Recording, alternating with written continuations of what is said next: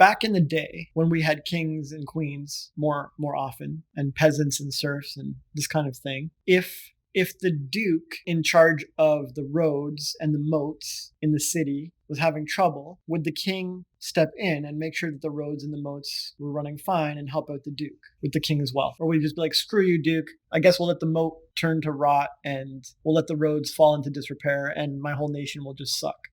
No, because the king wants to have the nation nice. So right. So the king will help the duke. So he'll help the duke. Even if the duke is incompetent, corrupt, squandered all the money, the king has a choice. Let the duke suffer the consequences and, figure out some magical way to replace the roads and the moat and all this infrastructure and or make excuses for the duke and, and I'll just be a good king and be generous and help him out and at least my nation is saved.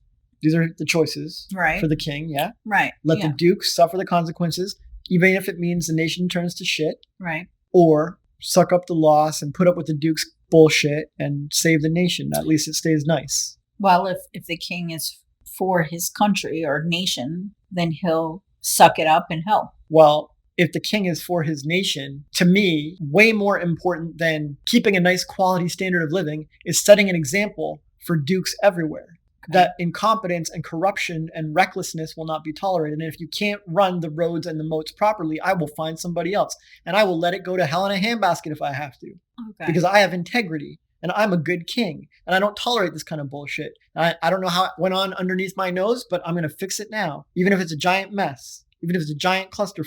So to me, a good high integrity king would absolutely make sure the duke has consequences and set an example for every other duke in the nation. But most kings, they don't want to hear the complaints from the peasants. And they don't want to let the roads and the moat go to hell. And they don't want to go through all this hassle. It's a headache. And so because they want to avoid all these headaches and they want to stay looking good to the population, they will suck it up and cover the duke's inadequacies. Mm-hmm. Yeah. And now every other duke knows they can get away with it too because the king bailed out the duke. But do you understand why the king would bail out the duke? Yeah, so he looks good. Yeah, generally it's selfishness. But the king will claim it's for the public good and for the nation and for the good of everyone. And it's just he's doing the right thing when he's doing the opposite of the right thing. The right thing is consequences and set an example and stand for integrity and don't let this bullshit happen under your watch again.